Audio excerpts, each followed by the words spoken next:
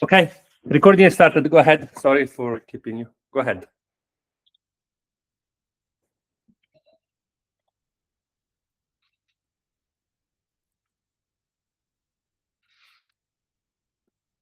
Hello, hello, hello.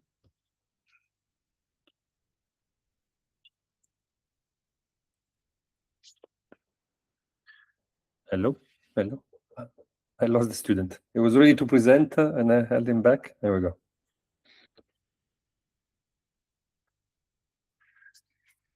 And that's an infinite screen. Hello. Yes. Okay, we are Group A. And Okay, group A. Our challenge. Good. Okay. We are going to present challenge 2, and we don't have task 1 because we didn't find our group members, so we will start from task 2. Very good. Can you check your sharing, because I think you're sharing the wrong window. Try to check the sharing. Yeah. Yeah. Try to go to present. Hello. Yeah. Try to present again. Okay. Here. Yes. Try to go in presentation mode. Let's see. Hello.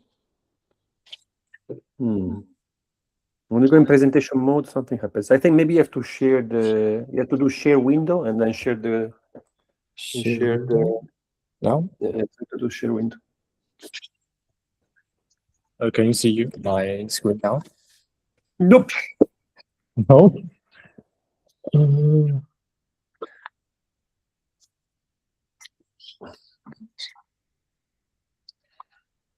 Or we just go from this mode. You have to do share window. So you go in presentation mode, right? Then you do share window and then you share the windows that are in presentation mode. Because sorry.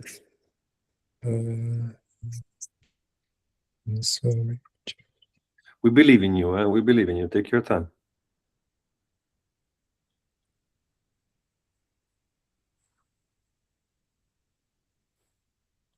Hello? Go ahead. I think your teammates are calling you all sorts of names. I'm a little bit stark.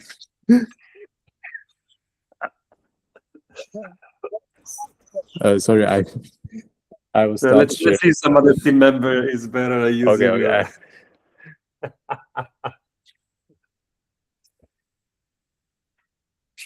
Let's see. Let's try again.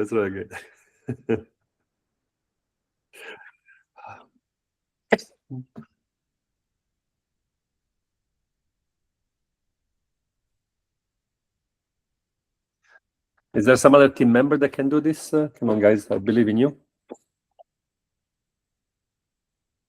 Yes, we are working on now. So maybe a little bit.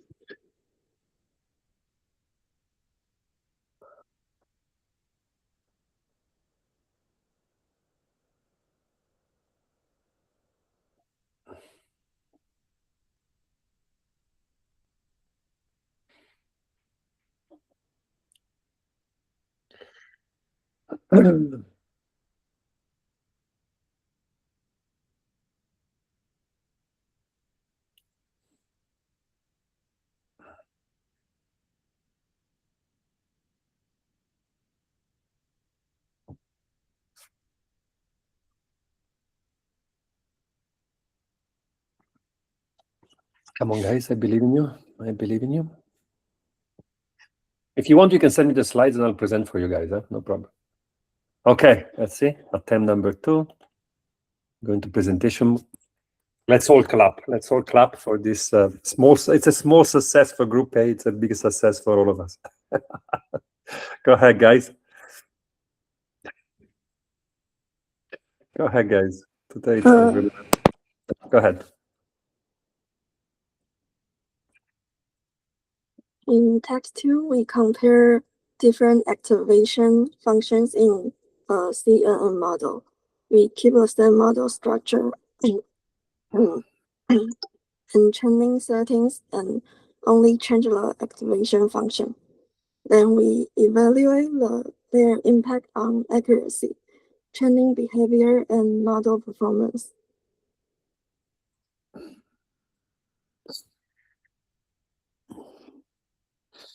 This figure shows the final test accuracy of each activation function. We can see that most activation functions achieve similar performance around 0.91 to 0.92. Leaky value has the highest accuracy, but the difference is very small.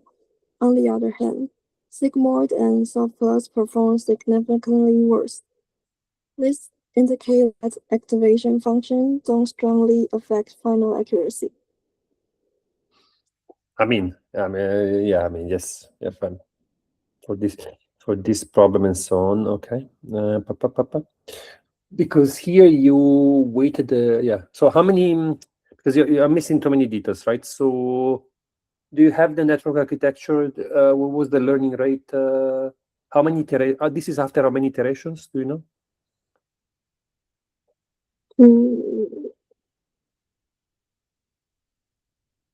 Yeah, because the nice thing is also because of course the learning problem is very simple, right? So if you let it go for 100 iterations, then the difference is slow. But if you stop it after the first iteration, then you see a larger difference between the accuracies. So that's why I'm asking you after how many iterations, because if it's a lot of iterations, yeah. Do you know any? Can you tell me something about the network? How many layers? Yeah, how many channels? How many iterations? What's the batch size? I have no idea. Can somebody tell me or show me the code at least so we can see these things?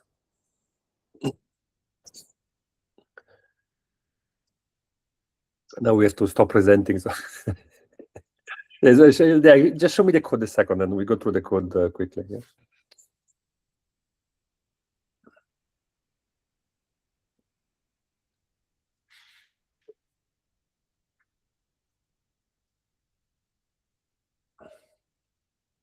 Is that okay? Or yeah, can we do it? Or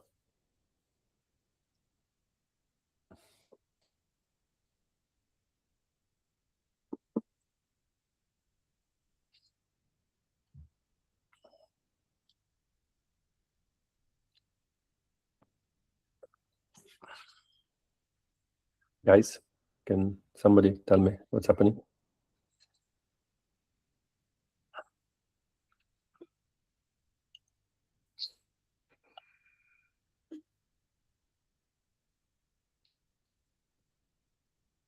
Guys, can somebody tell me? Hello? Yes. Oh, very good, very good, very good. Here's our code. Can you go full screen with the collab? Full screen with the collab. Oh, okay. So yeah, good. Now wait a second that stay there, don't move. Okay, scroll down a little bit. Yeah, CPU. So you're not using the GPU. Go ahead. Scroll down a little bit. Data loading, split, very good. These are the classes. Go down. Go down. Go down, go down, go down, go down. Go down, go down. Go down. Yeah, but here you're training what? You're training what? What are you? What did you load? What are you training there? Wait a second. Wait a second. Wait a second. Wait a second. Data loader train. DS. What is the network? There. Conv2D, kernel 3.4, stride 1, padding 1, spatial 2828, max pool, conv2D, relu, max pool 2D, flat 10. Okay, good. Now show me the. So you have a conv, and you have conv into conv. Okay, and then you flatten. Okay, go down a little bit. Tell me how many, when you train, for example, exactly, when you train this one here, tell me how many iterations do you do?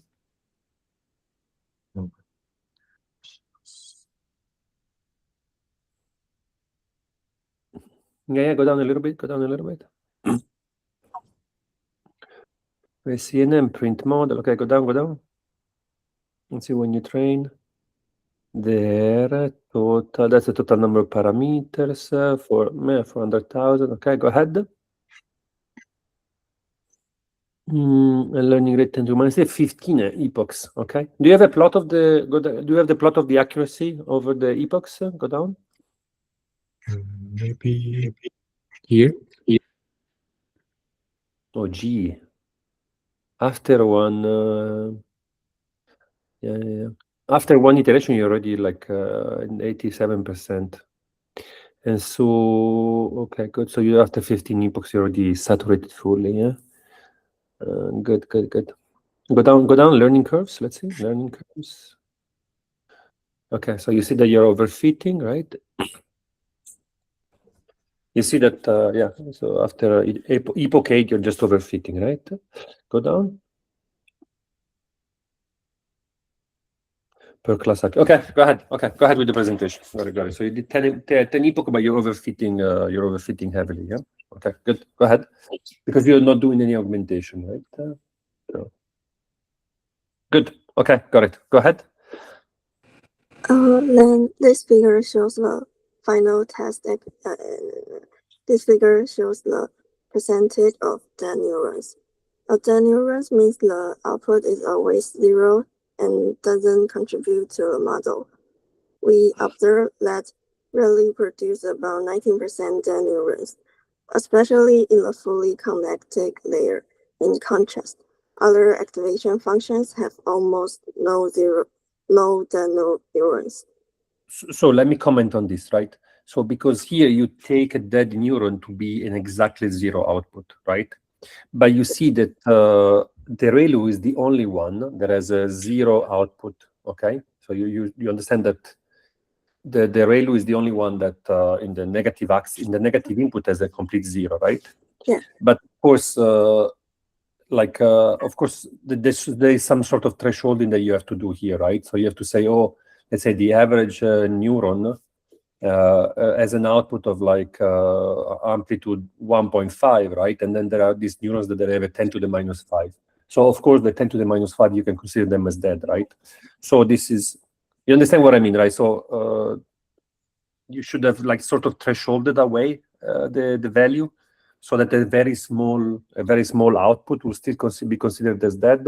Otherwise, it makes no sense, right? That's my point, yeah. You understand what I mean, right? Yeah. Okay, so next time just put a threshold, like say if, for example, right, if the output of the neuron is below 10% of the average of the output of all the neurons, then I consider it to be dead, something like that. Okay, so that then you will see. Okay, go ahead. This figure shows the validation accuracy during training. Exactly. So you see here, you stop it at eight epochs because after that you start overfitting. Okay, go ahead. We can see that ELU and 10 converge faster, while sigmoid and soft learn more slowly. This means different activation functions affect learning speed. Of course, because the magnitude of the gradient changes, right? Yeah. Very nice. This figure shows the loss during training, which represent the error. ReLU and ELU reduce loss quickly, meaning the model learns efficiently. However, sigmoid and soft decrease much more slowly, indicating less efficient learning. Very good.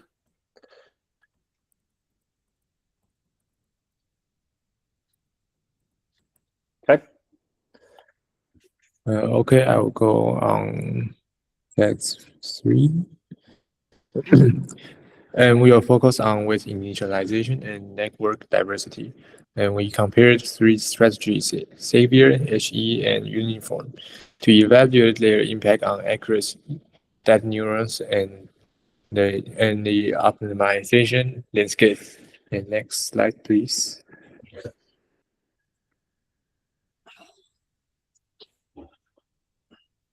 Okay, and here's the raw data from our 10 training runs. HE initialization clearly wins and achieving the highest accuracy of 91.66%, and the lowest EMD. Uniform performed the worst. And HE also produced the highest rate of dead neurons. And let's see the visual breakdown. And next slide, please. And looking at the accuracy distribution, the orange blocks represent HE. It peaks consistently above 91.2%, proving it's highly stable for our data-driven training. And the green blocks for uniform are scattered at the bottom, showing high variance and poor reliability. And next slide. And next is the dead neurons chart. And our best model HE actually has the most dead neurons, over 32%. We attribute this to positive sparsity, and these dead neurons act as a noise filter, effectively boosting our final accuracy. Question. What is on the x-axis here? What do you plot on the x-axis? The different x-axis. Oh, yeah, I yeah. didn't put on the x-axis. Maybe the percent. Percent of what? Okay, the percent of dead neurons. Okay, got it. Yes. Can you go back one slide? I was taking notes. Can you go Next back one slide. slide? No, previous. Can you go back? Can you go back one slide? The accuracy slide. Go back one slide, please. Just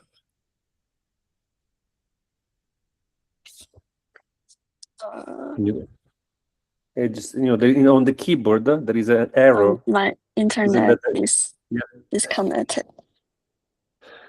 Oh,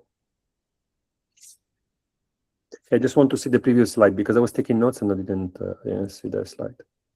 Okay, good. No. Oh, the screen is down. Okay, I will show my screen now. Oh, that's gonna take you forever. Okay. Yeah, let me see this. So what's on the x-axis here? This is the different. Okay, so this is the histogram for different seeds, right? Yes. Okay, very good. Can I ask you what is the AG initialization, the HE initialization? Can I ask you how it's done? Do you remember, or you just put in the code and forgot about it? I just put it in the code, and I didn't realize what this is. So you know that you're a terrible student, but you don't care, the work got done. Okay, very good. Okay, go ahead. Okay, I'll go on the questions. Oh, guys, go ahead, because it is the percentage of accuracy. Okay, go ahead. Next slide. To answer the challenge questions, and first initialization strictly dictates both accuracy and robustness. Second, a higher dead neuron rate can be beneficial. And finally, the diverse EMD values prove that models can take different paths to reach multiple equally good local minima. And here's my part. And next is text 4. Wait, let me ask you. Why is the higher percentage of dead neuron a good thing? Why? Why do you think?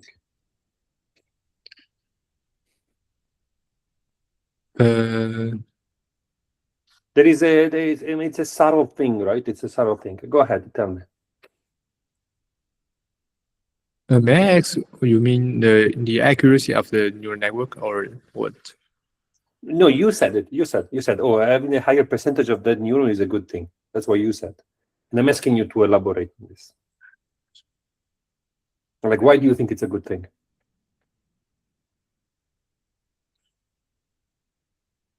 Oh, maybe I just said it wrong. No, I mean, I'm asking you what you mean. Because the higher that neuron rate. Like, so 1/3 of your neurons are dead. Okay, is that a good thing? I mean, in which sense is a good thing, and in which sense is a bad thing?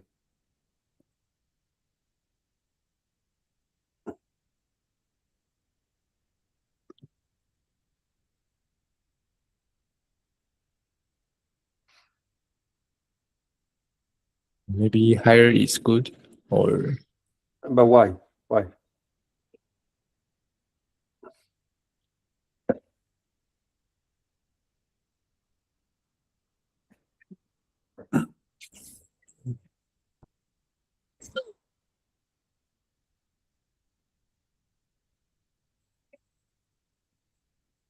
Anybody in the group has some thoughts on this?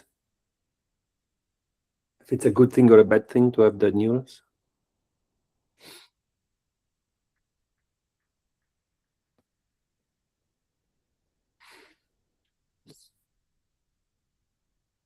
Oh, So it would- because that neuron is 32%, so maybe it will cause bad things.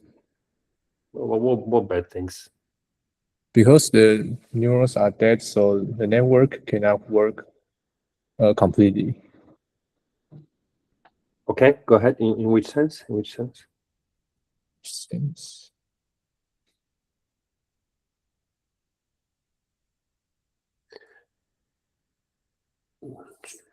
So, for example, right, you could tell me, oh, if 30% of the networks are dead, then when I go and I implement my network on the computer, right, then I can use some dedicated architectures that computes, for example, sparse matrix multiplication, right?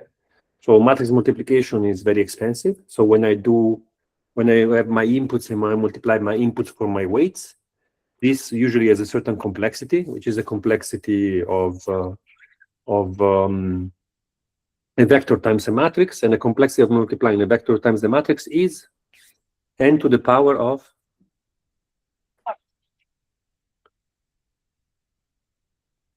n to the power of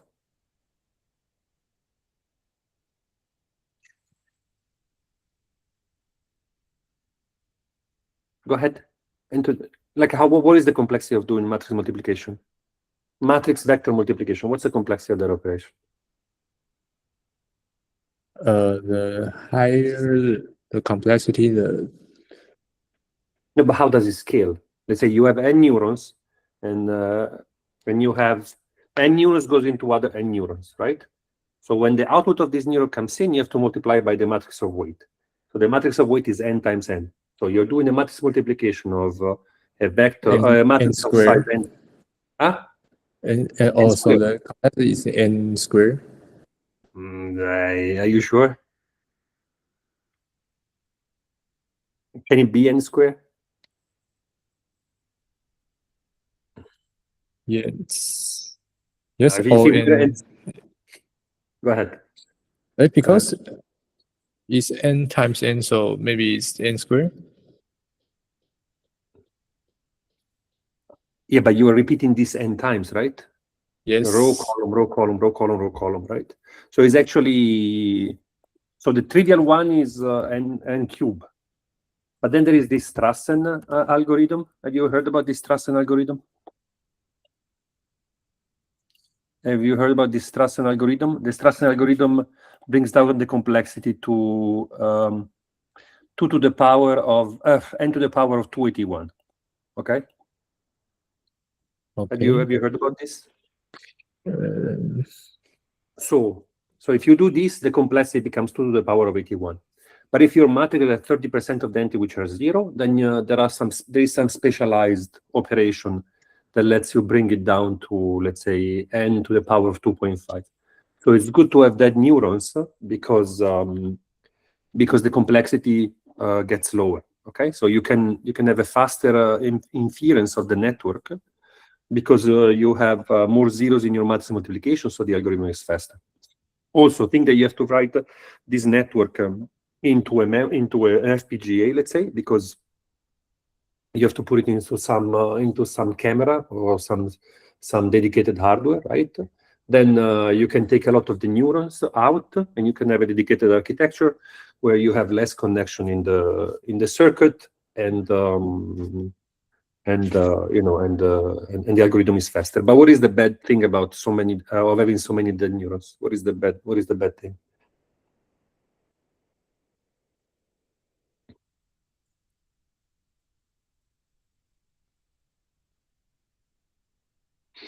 I mean, okay.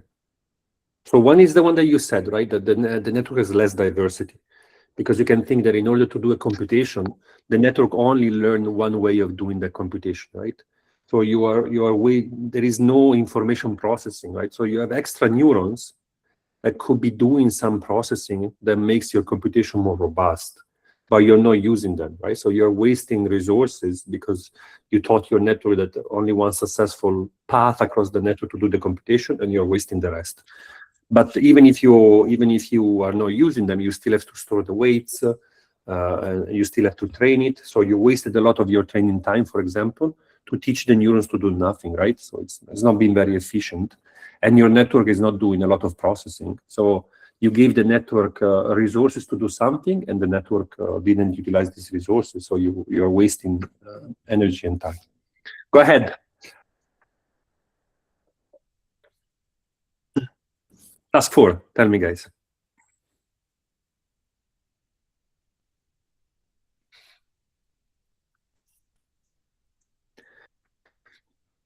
I stopped. Group A. Group A doesn't want to talk to me anymore. I made them upset. Go ahead, guys. Task 4. I know exactly. Go ahead. Okay, let's move on to task 4.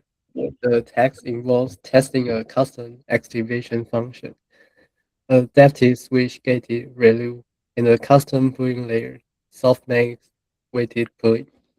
Next page, please.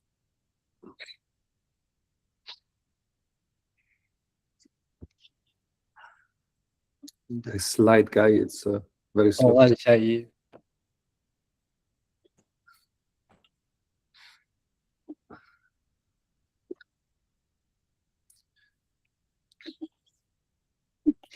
Thanks. Okay, go ahead.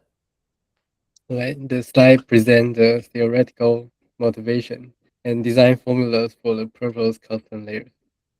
The ASGR activation function is designed to solve the dead neuron issue common in ReLU networks. Meanwhile, the softmax weight pooling layer is proposed with the goal of capturing richer spatial features than traditional max pooling. Next page.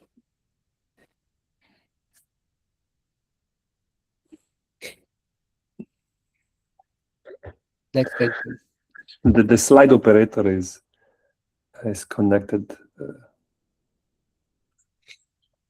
We have a very slow connection, right? Yeah. Maybe there is some Latency, yeah, of about 30 seconds. But yeah.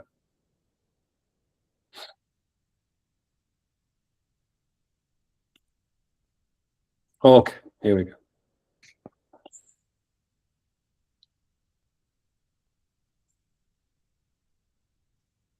Okay. Mm-hmm.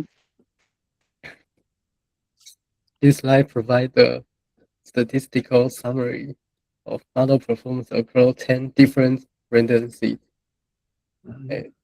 The ASGR model achieved the highest mean classification accuracy at 0.9116, while the softmax weight pooling displays the greatest stability with the lowest standard deviation.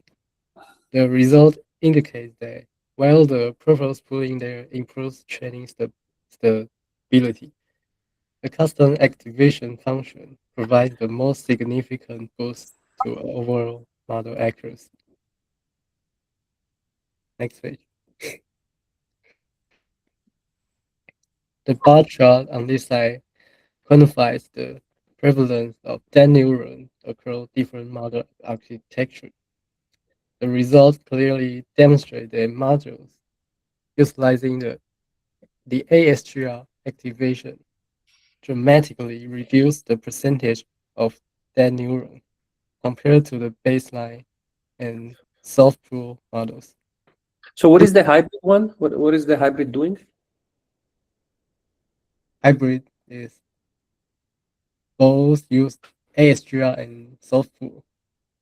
And so you divide you weight them equally, right? You take the sum of the two. Yes. The only difference is the activation function or pooling function. Okay.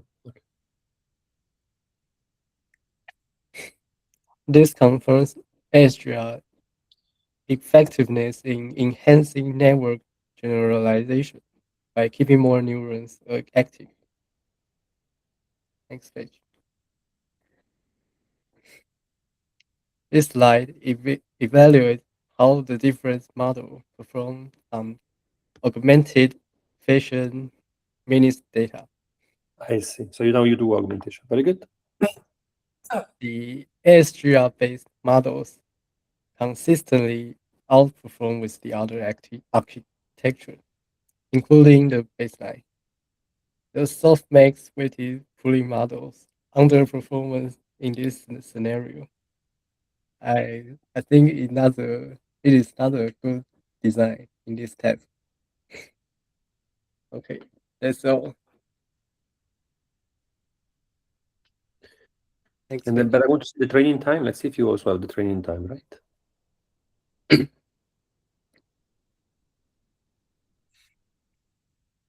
Next page. Hey, you don't have the training times? Ayo. Training time. Yeah. Training time. Do you have the training times? I train 10 epochs rather than 15 epochs. Sure. But I mean, you must have taken a different amount of time to train it, right? That's what I wanted to see.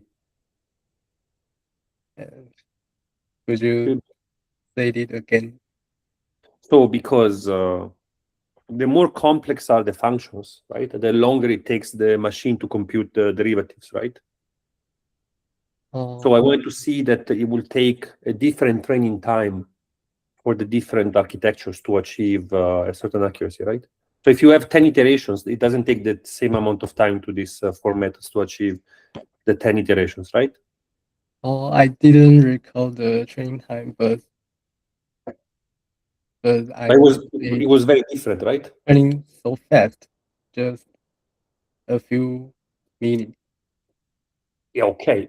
But that's the thing, right? So like you should, because the network is small, right? But these differences they grow larger as the network grows larger, right? So I wanted to see the difference in computation time, right?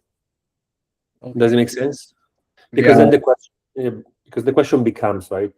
So let's say that you plan to try to use a network only for let's say 1 month.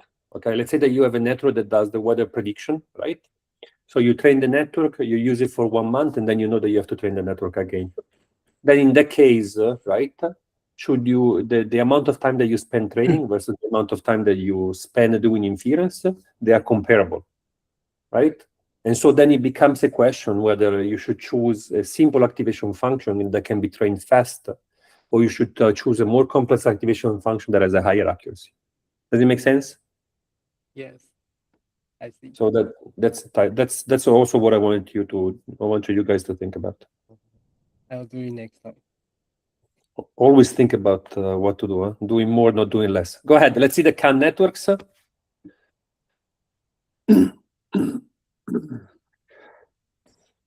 Go ahead, guys.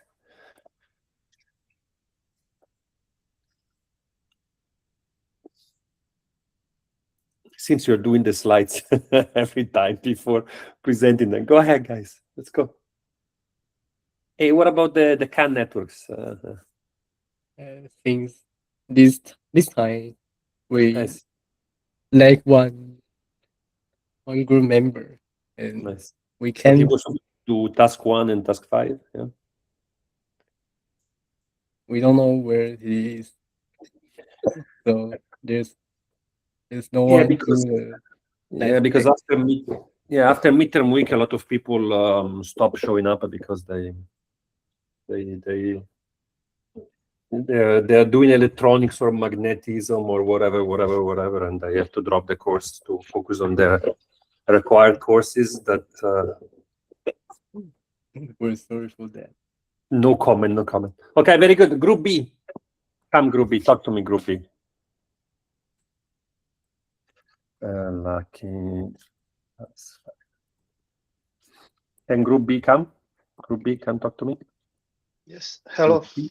Can talk to me. Hello. I hear a very lively voice.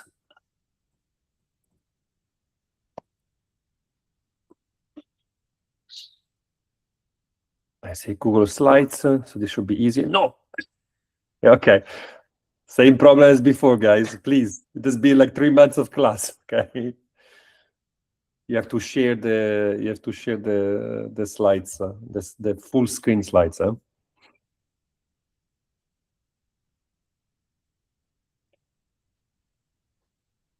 Group B. Try to fix your presentation. Okay, so you go in full screen mode, right? It doesn't show the slide. But also today we have all this issue, right? So Oh. you go into Google Slides and you go full screen, and then you present the screen that is in full. You present the window. You do present window. You present the window that is. I'll try. Now I don't know why every group now has this issue.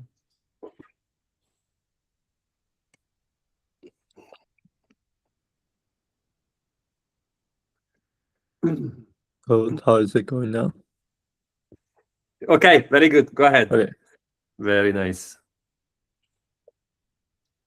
Go Okay, ahead. so hello, today we're gonna present you challenge 2.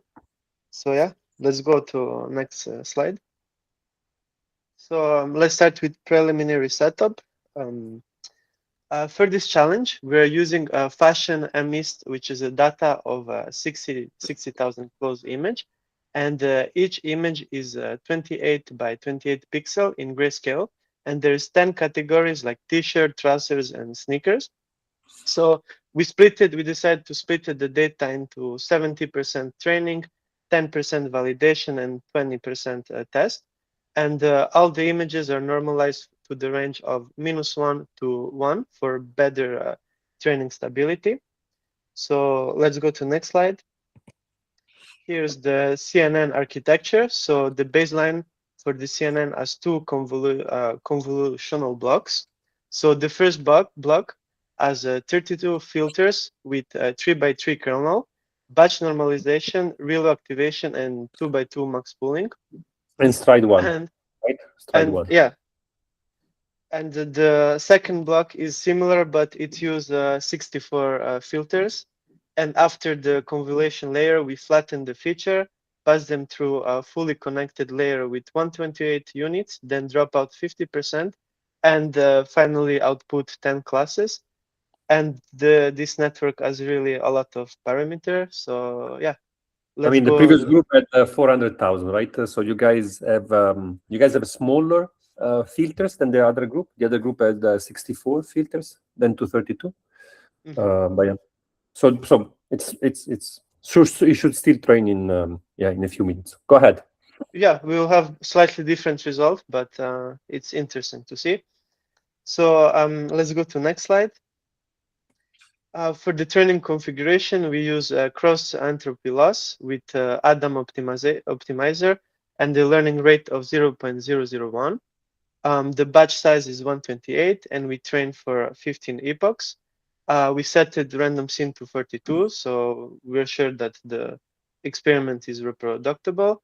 And the same setup is used for all experiments for fair comparison. So yeah, let's go for task 1. Okay, so for the text one, we're looking at the different polling operations affect RCN performance on the fashion main data set. So first, we can see 2 graphs tracking our 10 epoch training process. The chart on the left shows a validation accuracy, while the right one displays the training loss. So we first compare 3 methods of max polling for blue one, average or polling in orange, and LP polling in green. So we first see the orange line average one it has a noticeably slower start in accuracy, dropping below like 87% in the first epoch, and it maintains the highest training loss throughout. This matches our like theoretically expectation that average polling tends to smooth out feature maps. So like for our data set like fashion minst, where MNIST, fashion MNIST. Usually people pronounce it like this. Okay, go ahead. Okay.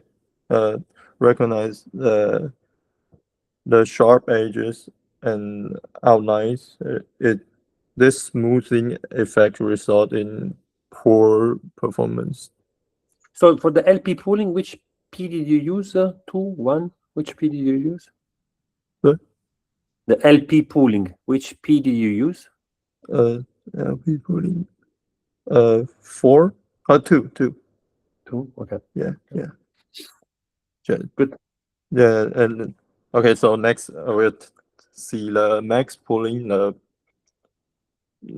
blue one. In contrast, that it performs significantly better and converge faster by selecting only the strongest activation in the window.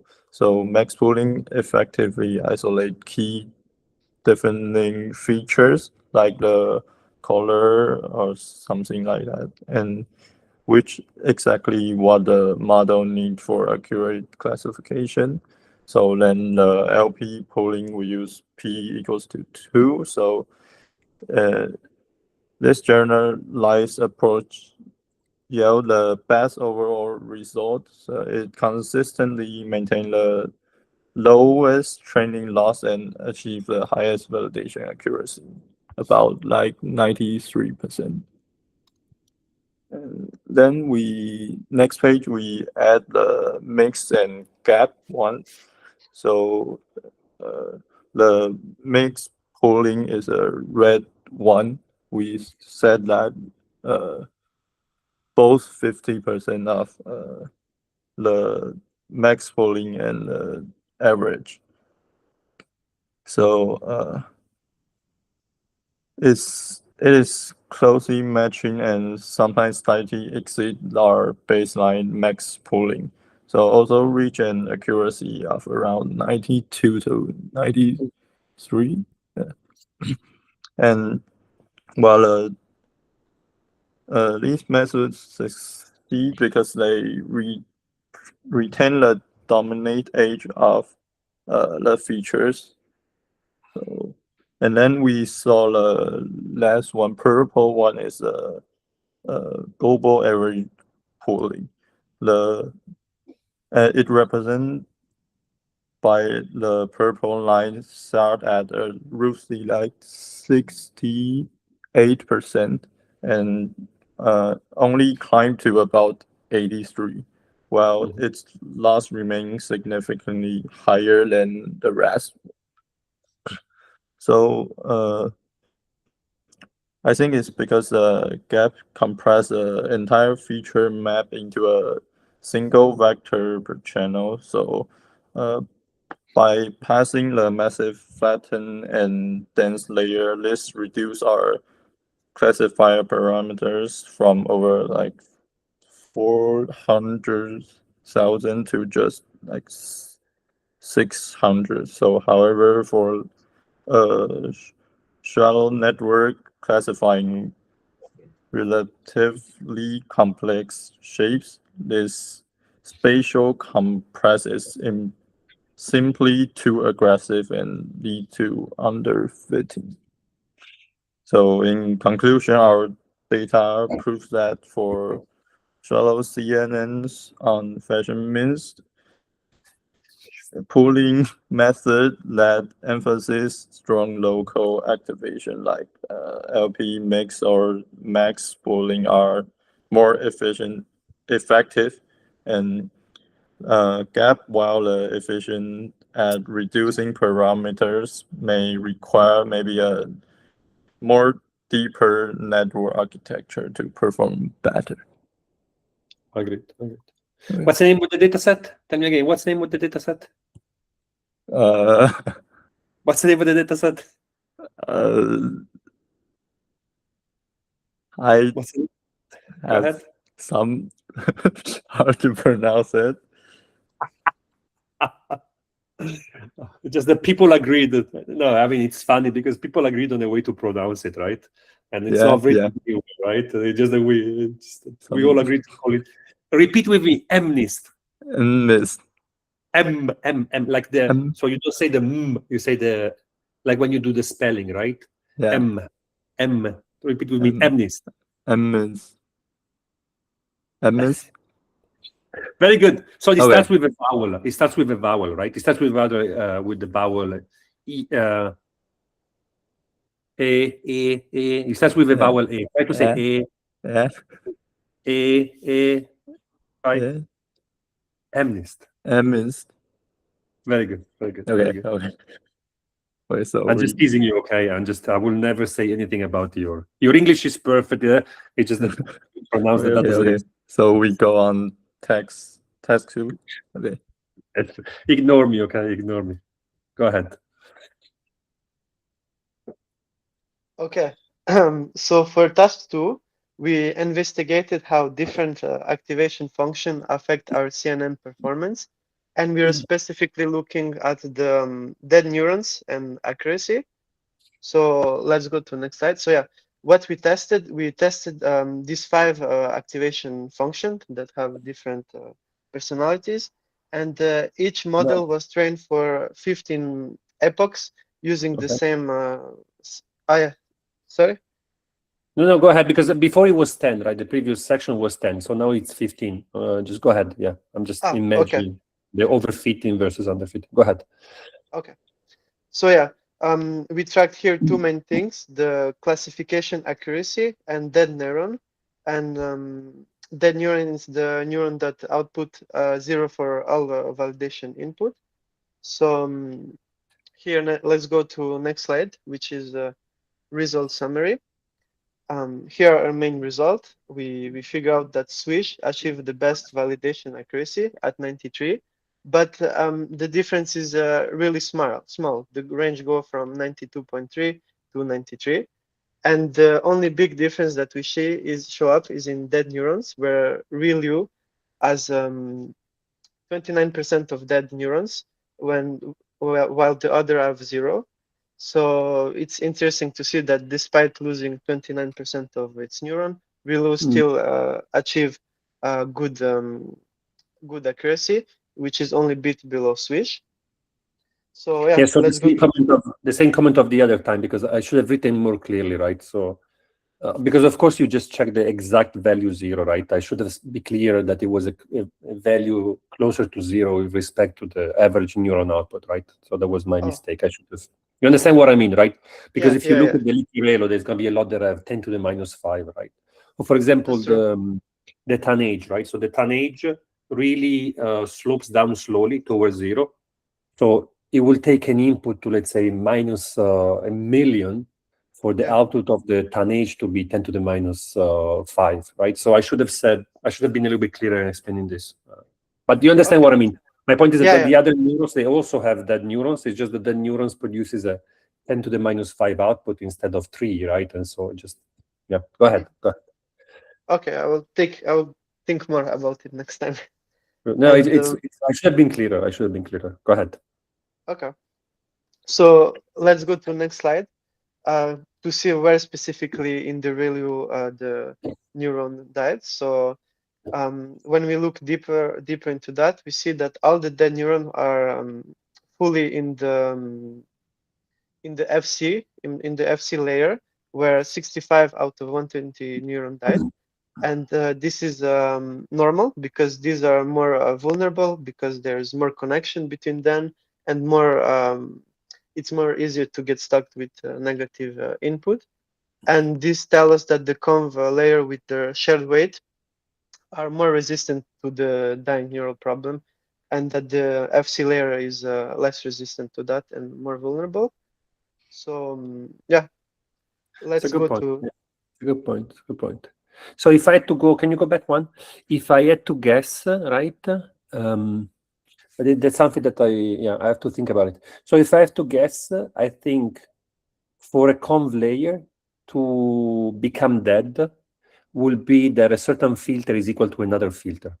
So in my mind, it is easier for the conv layer for the conv filter to copy another filter. So the filter will be dead simply because it's replicated. Whether for the fully connected layers, the neurons becomes dead. I think yeah, I have to. I think that would be nice. Yeah. It's my intuition. I think. Okay, that's what I want to tell you. I think if you go and check the conv layers, you will figure out that if you look at the filters, a few filters, they have the same output, right? So the way in which the fully connected layer, in which the fully connected layer collapses is by setting is having dead neurons. And the way in which the performance of the conv layer collapses is that filters start copying each other. That's my current guess. Okay. That's sure. Go ahead. It's interesting to know like where it's coming from. Okay.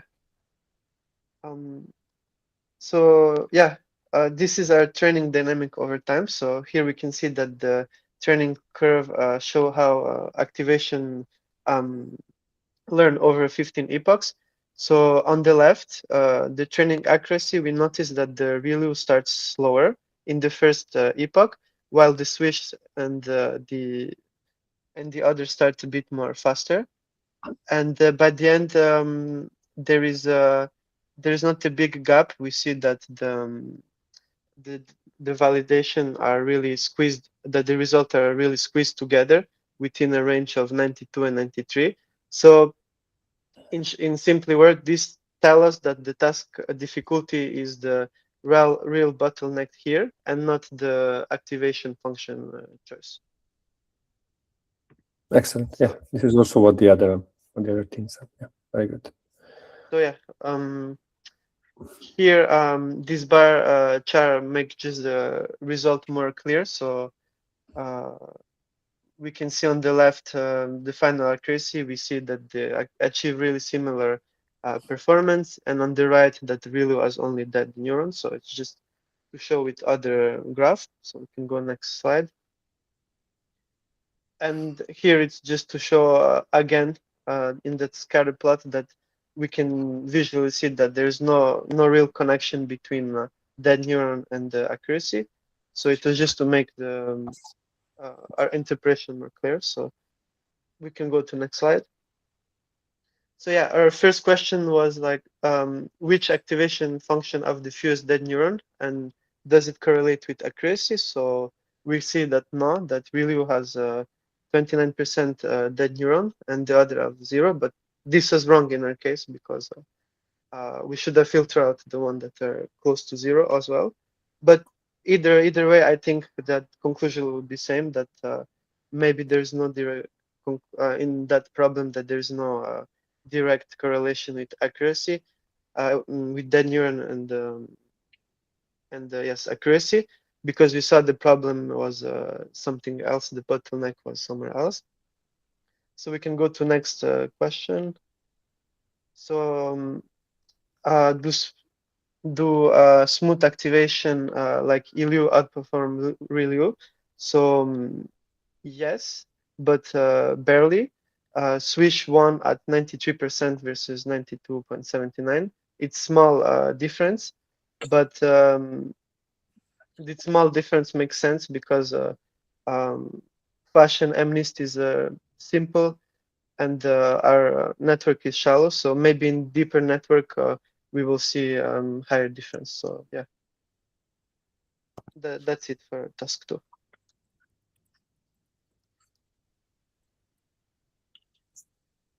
Okay, let's see the next. Hello.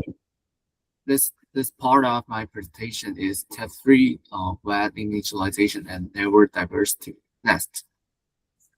In this test, I fixed the model architecture and channeling pipeline and only changed the web initialization method to see how it affects performance. For the fixed setting, I used liquid as the activation function, xpooling as the pooling method, and as the optimizer with the turning rate of 0.001, batch size of 128 and 15 epochs.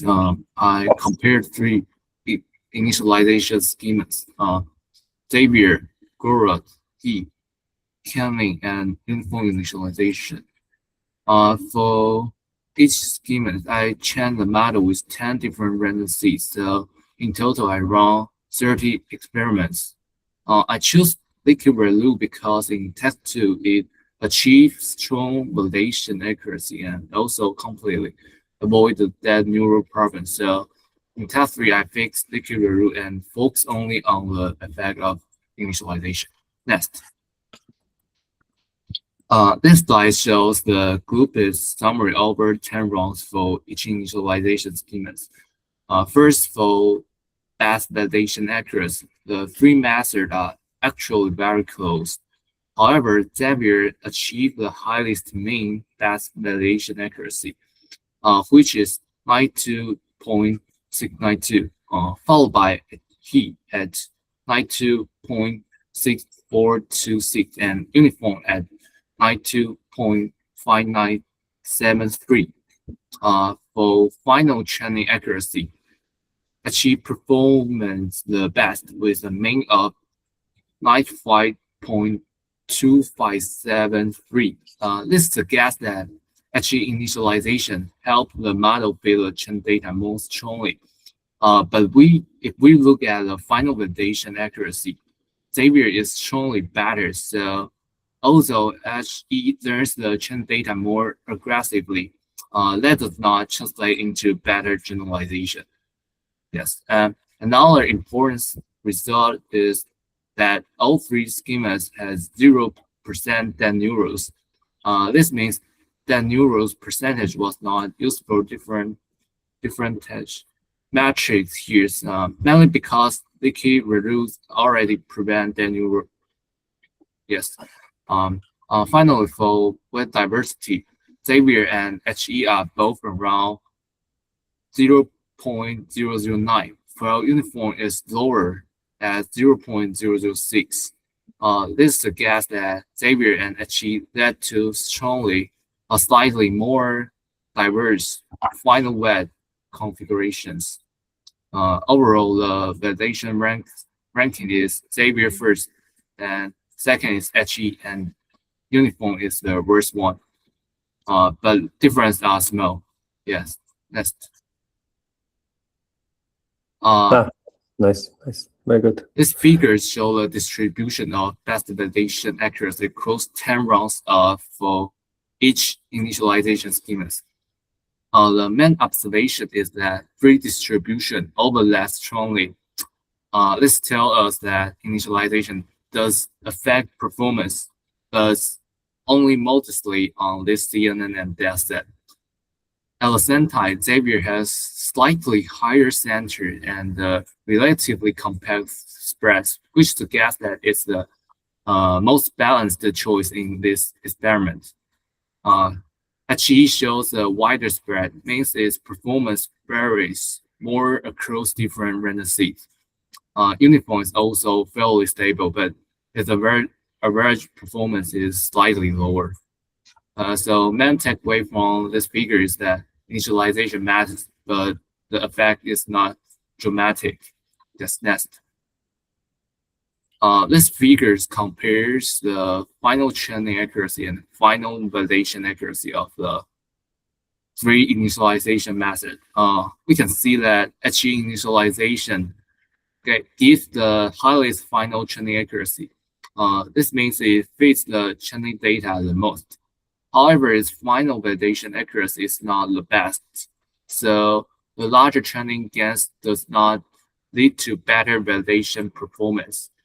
This suggests that HE is the largest chain versus validation gap, which may indicate stronger fitting without improved generalization. In contrast, Xavier provides a better overall balance between training performance and validation performance. And Uniform is weaker on training accuracy, but the validation result is still competitive. Okay, next. Let me ask you something. Can you go back one? It's a tricky question, okay?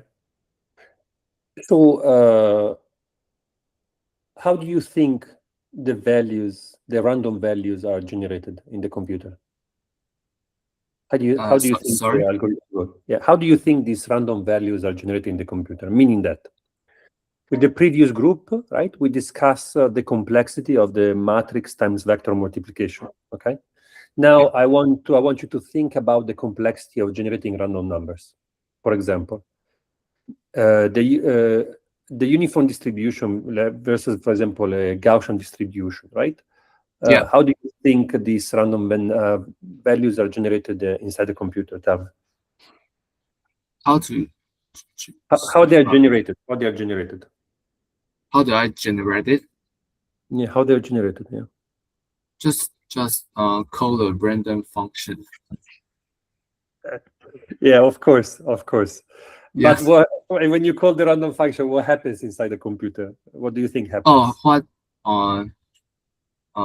maybe first the random has a seed and they keep generating numbers by Very a good. sequence Go ahead. by the Okay. seed. Yeah. Good. So when you take the seed, you do a pseudo-random operation. It doesn't matter, but it produces a random variable, which is a uniform random variable between 0 and 1. Okay. So the Yeah. basic operation that the computer makes is to generate a random variable between 0 and 1. Okay. Okay. If you ask the computer to generate a specific distribution, let's say a Gaussian distribution, what do you think the computer does? It takes in input those uniform random variables that are generated by the pseudo-random function, and then what does it do? Oh, I think that's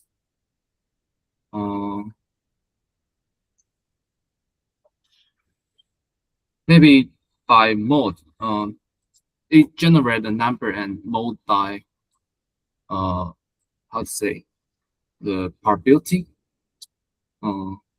Yeah. So that's one way, right? So that's called that is called the inverse. Let me just think. Right, it's called the inverse CDF trick. Inverse CDF trick should be this inverse transform sampling. Okay. Now look at this. Oof, inverse transform sampling. So for some random variable, what you do is that you represent the CDF, right? And then the CDF goes between 0 and 1. You take the random value between 0 and 1, and you project it back onto the CDF, right? You take the inverse CDF, and if you take the random value in the inverse CDF, then you get the random variable. Very good. How difficult? What's the complexity of this, you think? So we said that the complexity of matrix times vector multiplications is n cubed, right? What do you think? I mean, how complex do you think is to generate one of these samples? Oh, how complexity to generate because you're generating one sample at a time, right? And for each sample, you're taking the inverse of this function. So the complexity in general is very, very high. It's very, very high. Oh. Okay, so for example, right, there are some tricks. For example, if you want to generate a Gaussian random variable, then there are some tricks, right? For the Gaussian random variable, you use the Rayleigh. There is this Rayleigh trick, right? Rayleigh trick, generate Gaussian random variable. Let's see if it's written somewhere. Rayleigh method. Rayleigh technique. Is there something Rayleigh technique? Rayleigh technique generate Gaussian random variables. I just paste it. I just do it like this. So if the function that does the inverse CDF is not simple, then the complexity is very, very high. With the Gaussian distribution, you use a trick, which is if you take a two-dimensional distribution, then the amplitude of the vector follows the Rayleigh distribution, and the inverse of the Rayleigh distribution, it's easy. So depending on the random variables, there are different ways of randomly generating this random variable. My point is this. It's easy to shit on the uniform random variable because as an initialization, it's very, very simple. But you can imagine, right, that if you have a network that has like 1 billion parameters, generating the initialization, it's actually a very complex operation. Yeah? It's a very numerically complex operation. Yeah. The uniform random variable, it will be very, very fast. But if you have another custom distribution for the weights, that will take hours and hours and hours. That's what I wanted. The point I want to make. Go ahead. Do you understand my point? Do we agree? Yeah, just mean it's costly for Correct. generate. Okay. That's a trade-off that you don't see, right? That's a trade-off that you don't see because your network is small. Simpler initialization takes a very short time. More complex initialization takes longer time. That's the point that I was making. It's taking me half an hour. Go ahead. Go ahead. Okay.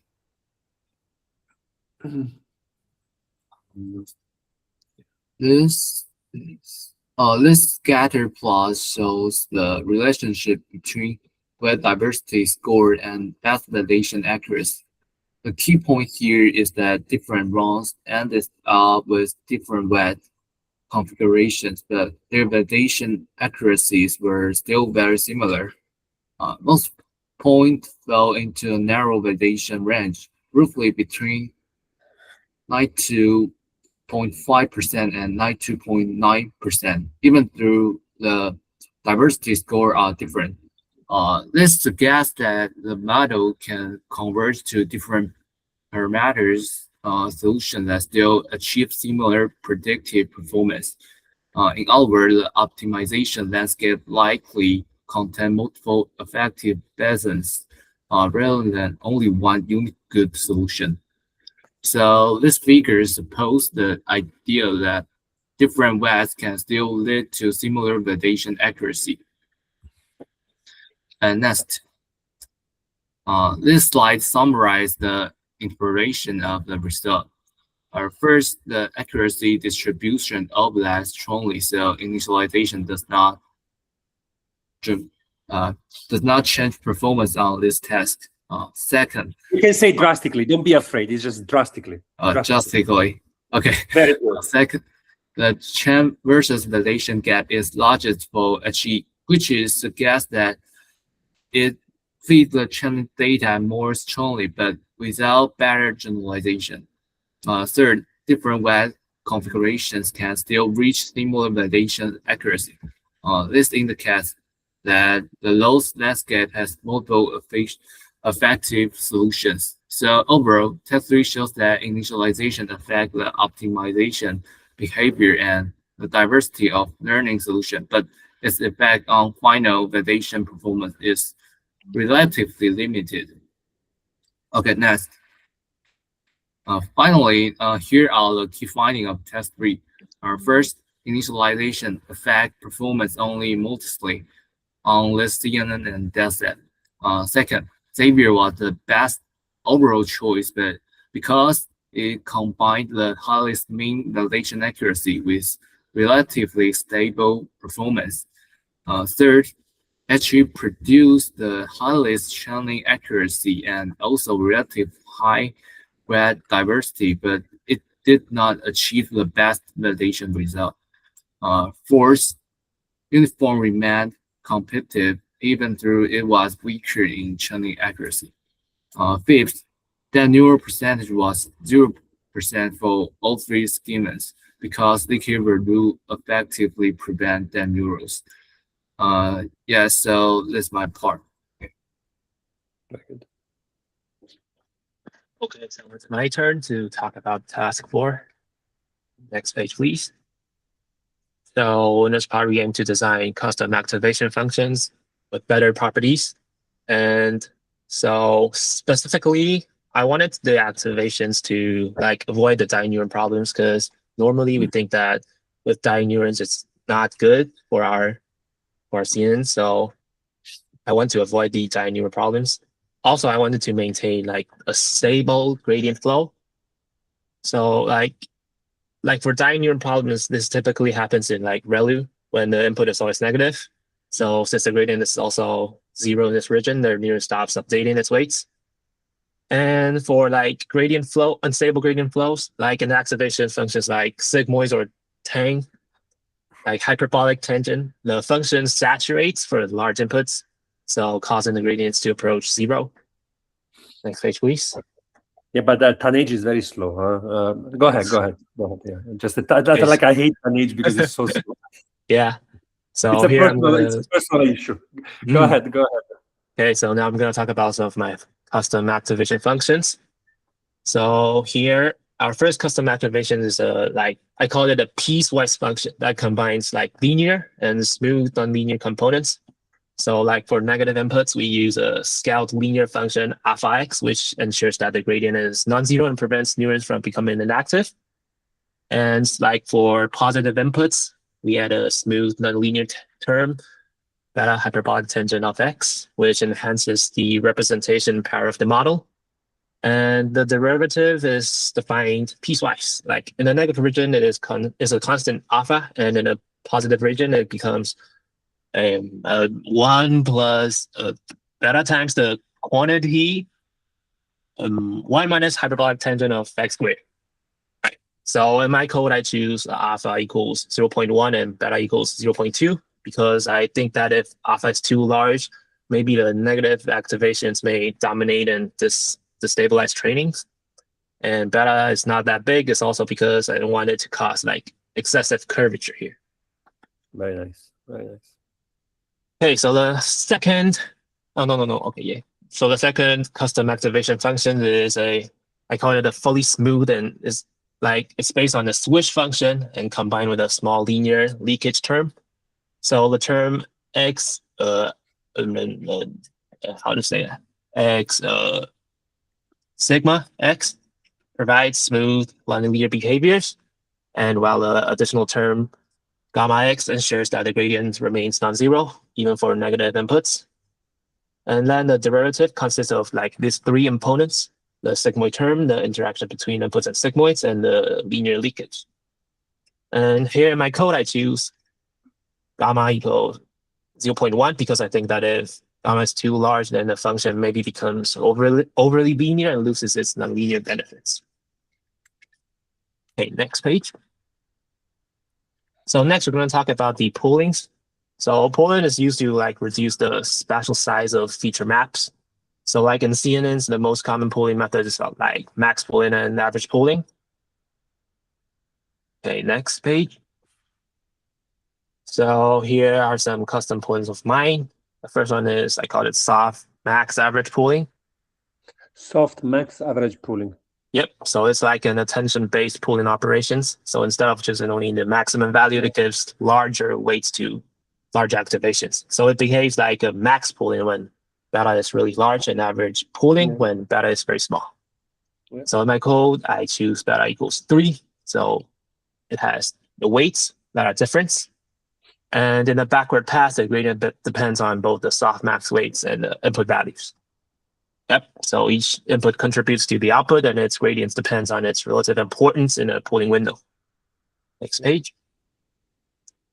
And then this is the variance adaptive pooling. So this pooling mechanism like automatically decides whether to behave like max pooling or average pooling. So here you can see that when the variance is really large, then like alpha may be approximately equals to 1, so the output behaves like a max pooling. So this indicates that the presence of salmons or dominant features, and the pooling focus on the most important values. And when the variance, like in this here, when the variance is really small, then the alpha maybe approximately equals 0, so the output behaves like a average pooling. So, and as for these, just slow down. Let me think. So the variance here, it's over the filters, right? Yep. So you take the variance over the filters, and then based on the variance, you decide if you want to behave. like let me or like let me think. So the variance is small, then the page goes to 0. It's large, goes to 1. So if it's 0, you take the max, right? But if it's small, right? If it's small, you take the average. It's a good idea. Where did you get this idea? Is it your idea? I wanted to, because I wanted to change it. Of course, it's a little bit of ChatGPT, but of course. But in custom pooling one, it only has the same weights. But here you can change it to you want a max or you want average. Understand.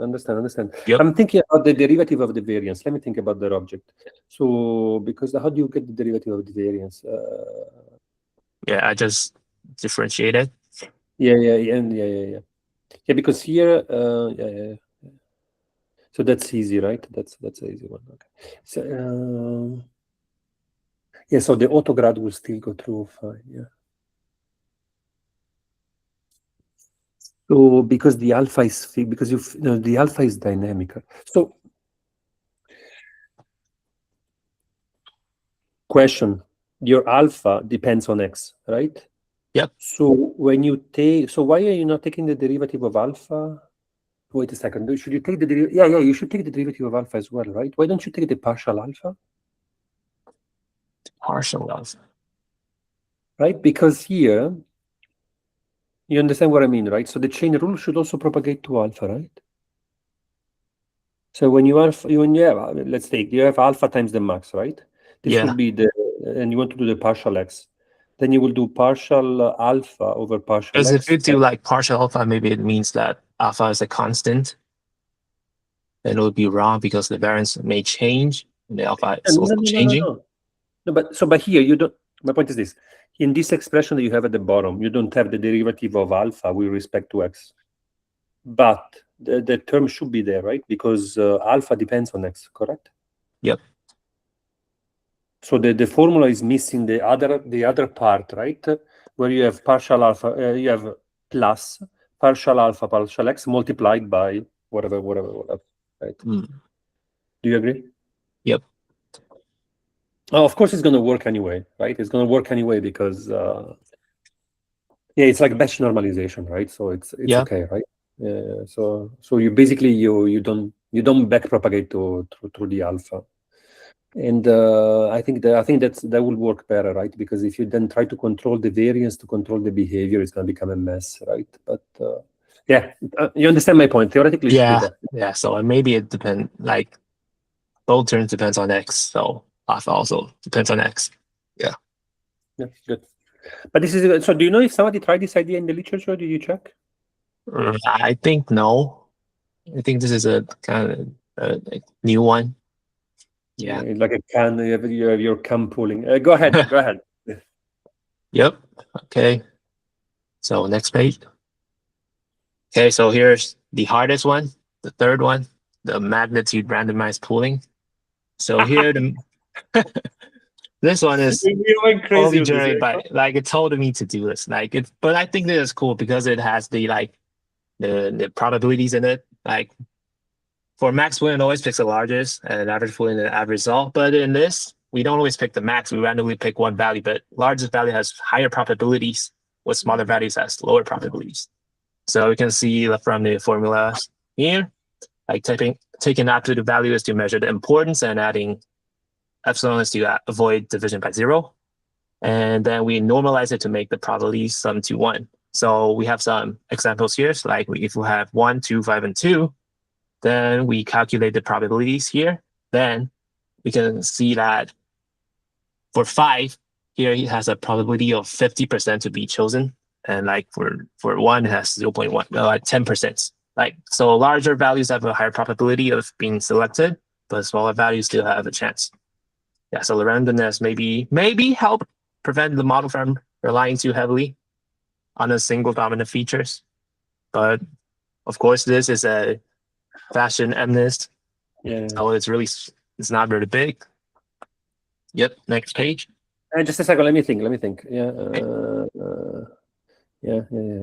Yeah, so this is something that this is run. This technique, then you have the epsilon, right? So you have to choose, because in your example you don't have the epsilon, but the epsilon is the function of smoothing everything out, right? Yep. So the larger the epsilon, the smoother, the more uniform the probability becomes. So that it's good. Right. Like it reminds me a little bit of the gamble trick, right? Because you take the type of reminiscent, right? Yep. Okay, go ahead. Okay, next page.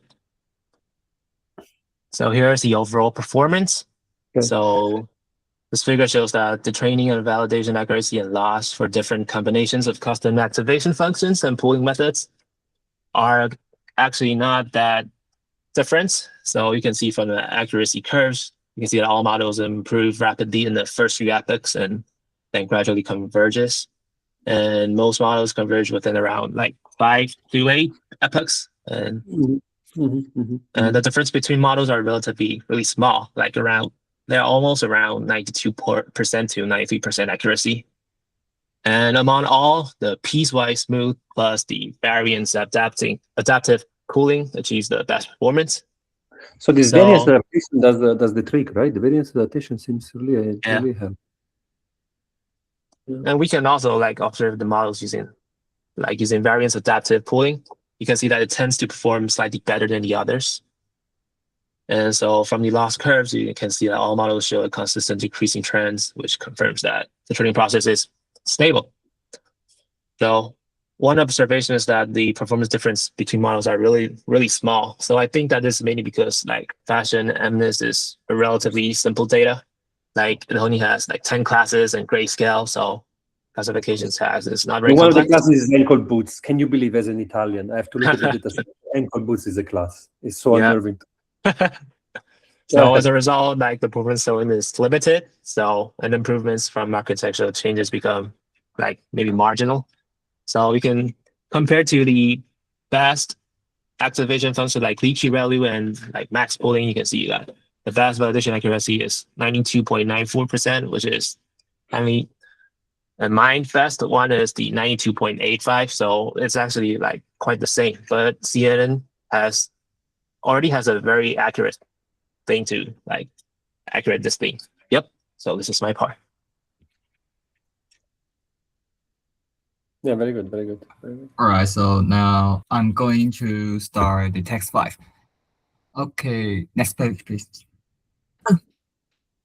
Oh, I just got go back. I just got now why you put the. I see. I just got now. One slide. I think that you guys, yeah. I see how we sneak jokes, yeah, into the presentation. Very good, very good. Go ahead. All right, so before we start, we have to discuss what exactly CAN is. So first, let's look at the differences. The traditional MLP is a black box based on static simple units with linear weights. And on the contrary, CAN is a white box, or yeah, it is. You can view it. You can view the structure of it, and it is based on decomposing multivariate functions. And instead of fixed weights, can use visualizable spline curves on its edges to learn complex patterns. All right, next slide. To build our model, we use the best setting from our previous text, and we choose LP pooling and the P equals 2 for better feature extraction. No, we didn't use the pooling from the last text. Sorry about that. And to solve the dying ReLU problem, we use the switch activation function.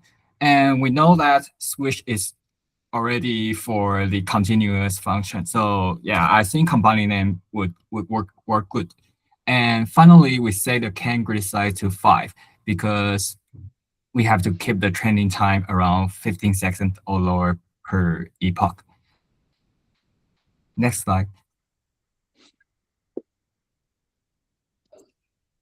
Yeah.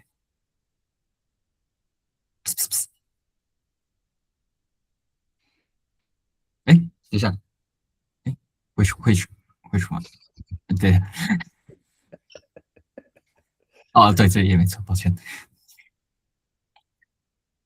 Sorry. Okay, so our King module performed pretty well, and it achieved a top accuracy of 93.04%, and which is slightly better than our optimized CNN baseline from test 1. And the total training time was about 236 seconds, and it's pretty large, and about 5 or 6 more than the traditional CNN. And most importantly, it achieved a zero dead neurons ratio, making the training process very stable. Okay, next slide, please. Here we can see the results. The accuracy curves show a steady improvement over 15 epochs. And sorry, I guess that is the wrong one. Okay, so we can see that the functions are interpretable because they show a clear visual shapes. And for different input domain, the lines will perform differently. And thus, that is a significant different comparing to the normal MLP. Next slide, please. And we also tested if the results are stable by running the training again, and the training stability is, I think it is very good because the variance of the best models are less than 0.5% for all the 3 rounds, even within the such simple architectures we have now. All right, so that is the end of my part. Okay, thank you for listening. Very nice. Yes. Let's take a break, guys. Let's take a break of 5 minutes because we went like an hour and a half without break. Let's walk around and talk a little bit, okay? And get a little bit of water, okay? I'll talk to myself. But yeah, let's wait a second. Yeah. 5 minutes break, guys.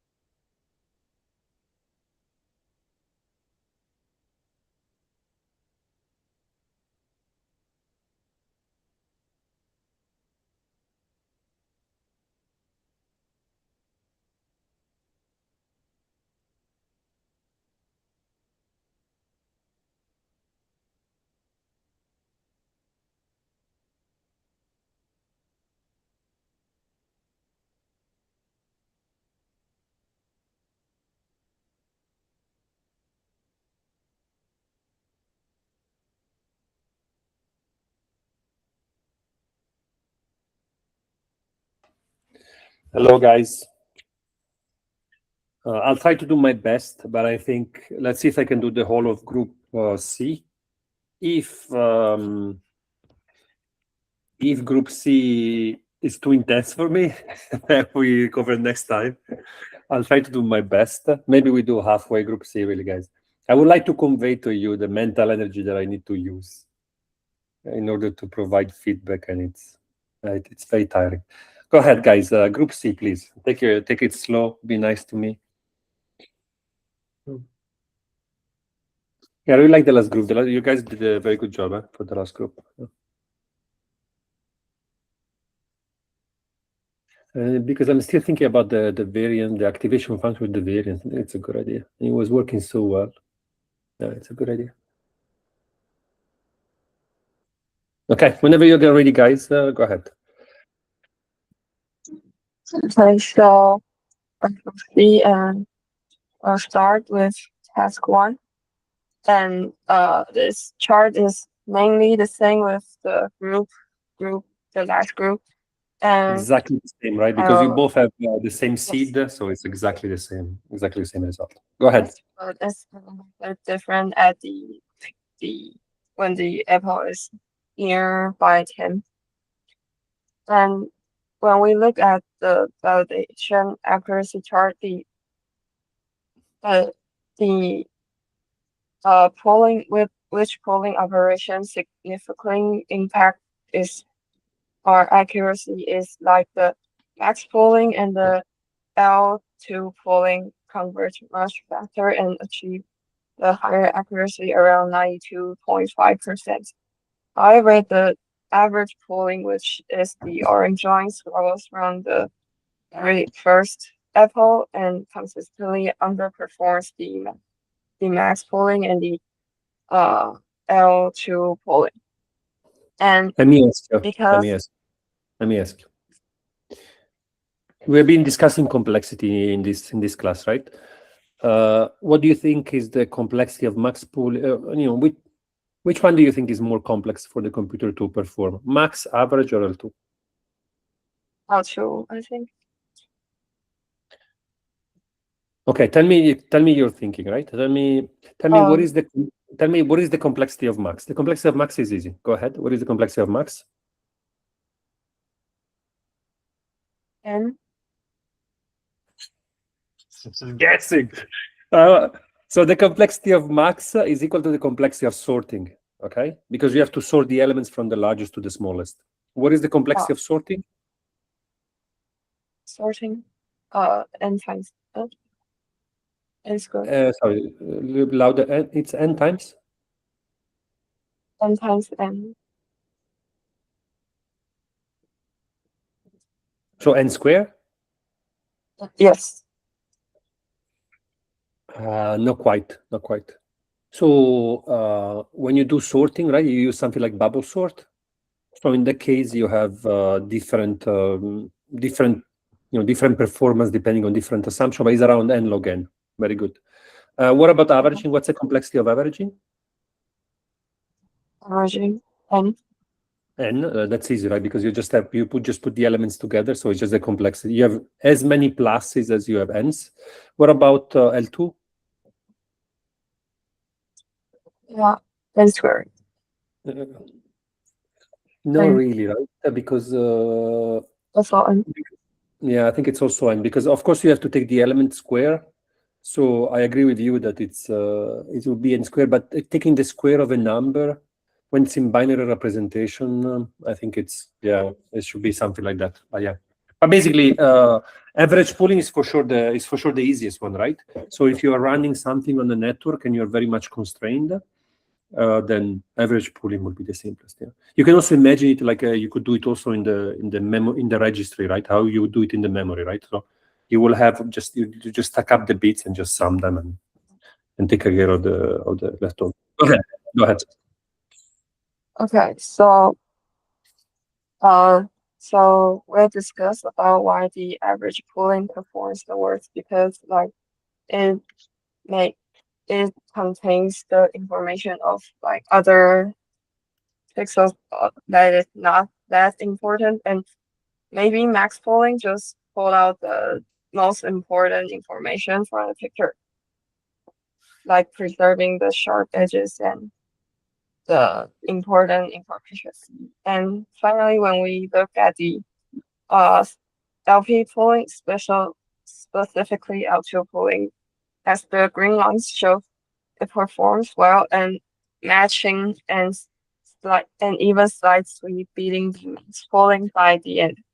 And L2 pooling squares the inputs before summing and meaning that it emphasizes strong features just like max pooling, but still remains a bit of the background context. And this makes it a perfect balance between retaining the critical information and maintaining the translation invariance, which helps the model generalize better and avoid overfitting.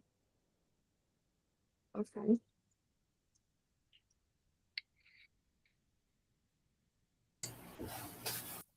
For text 2, the goal is to investigate how different activation functions affect CNN performance and the prevalence of dead neurons on fashion and NIST. For the setup, I kept the architecture exactly the same as test 1. We choose max pooling as our preferred pooling, although L2 pooling perform a little higher accuracy within about 0.2% in test 1. Max pooling is the most widely adopted pooling in standard CNN.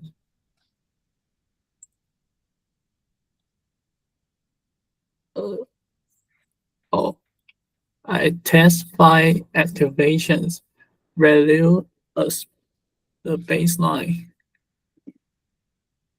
Leaky You also have dead neurons in the conv layers, because the other team didn't have dead neurons in the conv layers. Very good. Go ahead.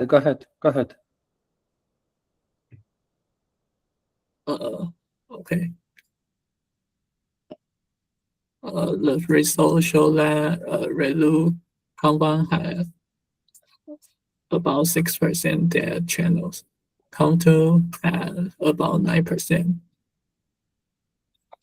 And for FC1 layer had about 42% were completely dead. In total, there's almost 28% of the network produced zero. As you can see in the bar chart, every other activation gave zero dead neuron. So the dying neuron problem is really specific to ReLU. Same comment as for the other groups. Yeah, go ahead. Next page.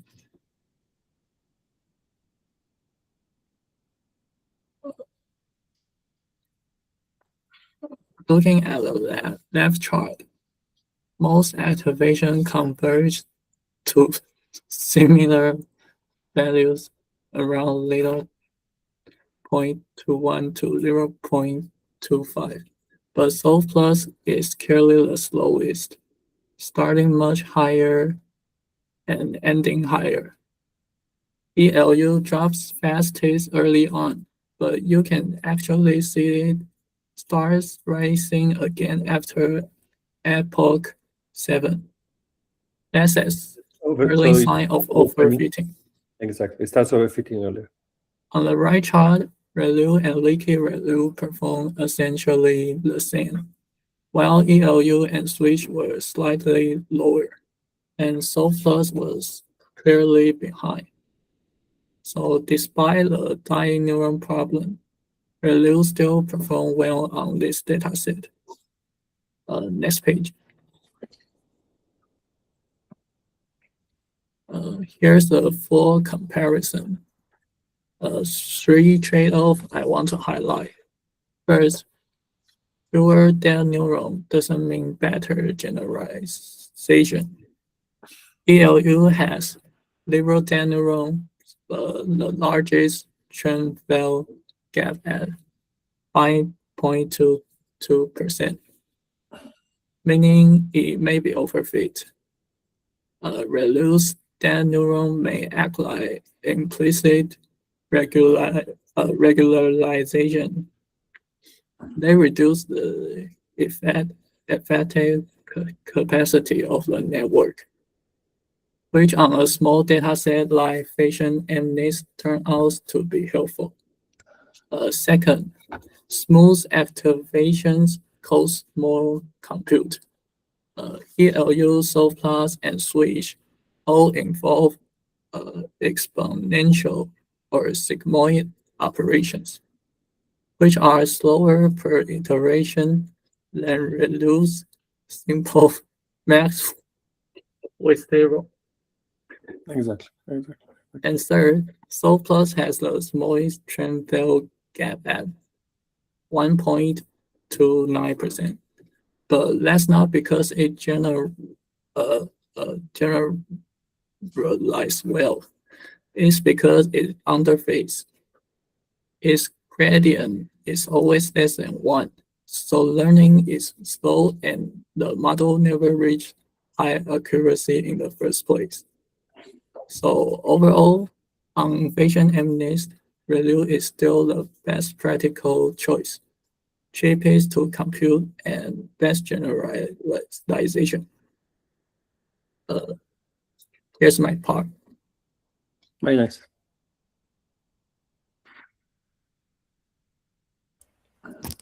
For task 3, I vary only the weight initialization while keeping everything else same as task 1 and 2, max pooling and ReLU. I compare 3 scheme, Xavier, the classic E, the ReLU specific variant, and the naive uniform between minus and plus 0.05. To isolate the initialization effect from random variation, I arrange each scheme with 10 different seeds, giving 30 total training run at 5 epochs. The metric I measure were validation, accuracy, dead neuron percentage, and pairwise wedge diversity. Next slide, please. On accuracy, all 3 schemes land within a percentage point band.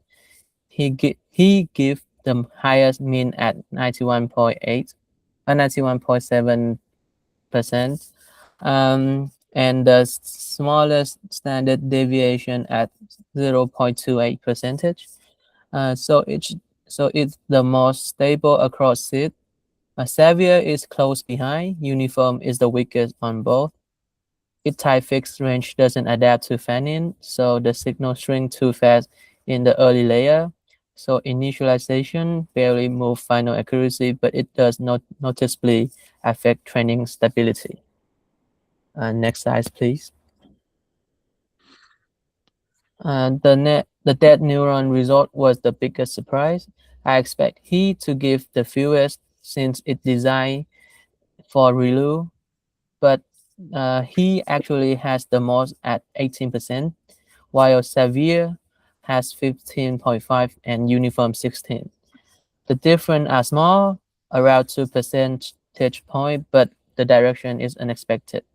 My interpretation is that his larger initial variant pushes some pre-activation to large magnitude, and Adam aggressive early update then knock those neurons into the dead zone.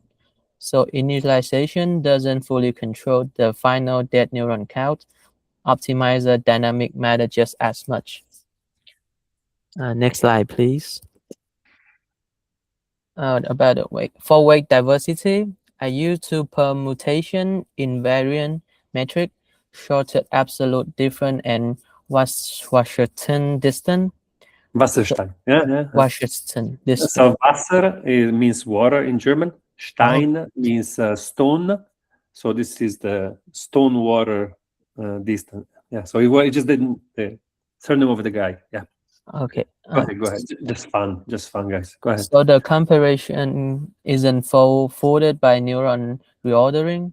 The con1 heat map show a clean 3x3 block structure.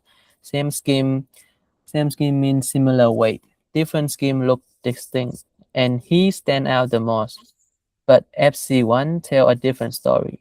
The block structure is much weaker, distance are about 30 times smaller, and individual seed outlier like E9 and Uni7 dominate over the scheme boundary.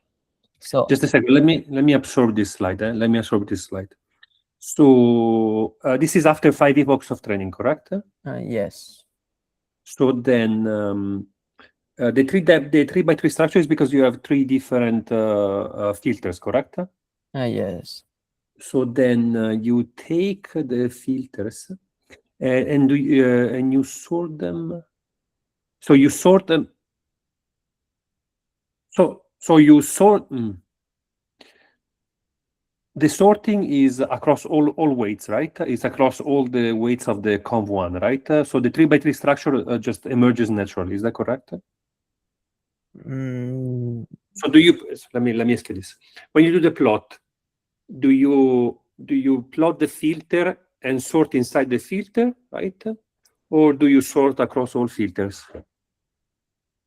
Let me look at it. Because I suspect you sort across all filters, so the 3x3 emerges naturally.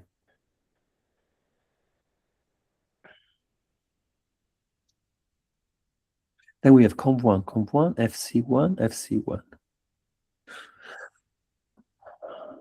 Because of course FC it's easy, right? FC you just I just wonder what do you do for conv, right? Because the conv you have the filters, right?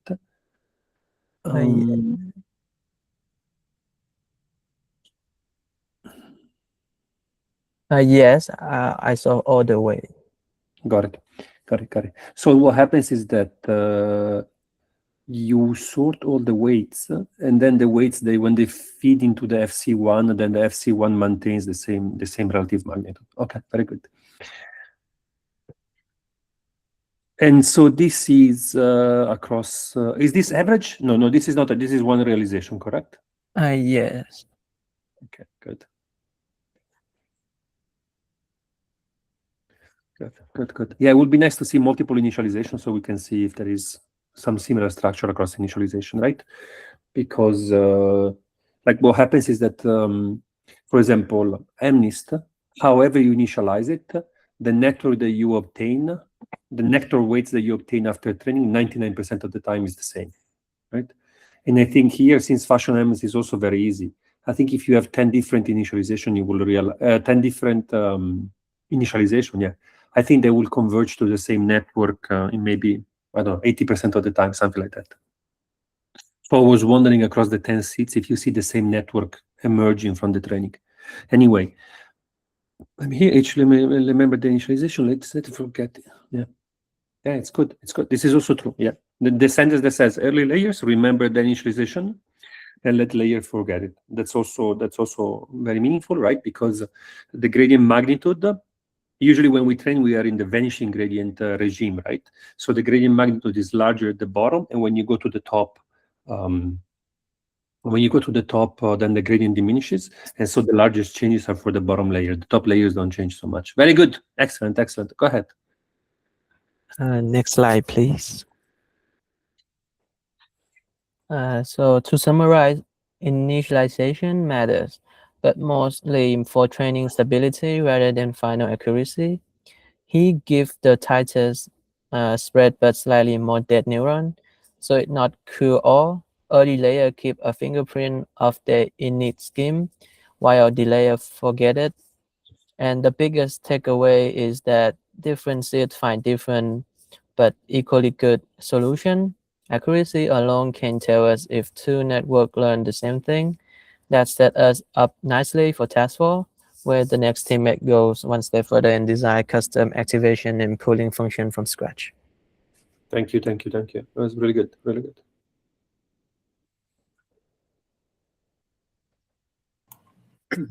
Okay.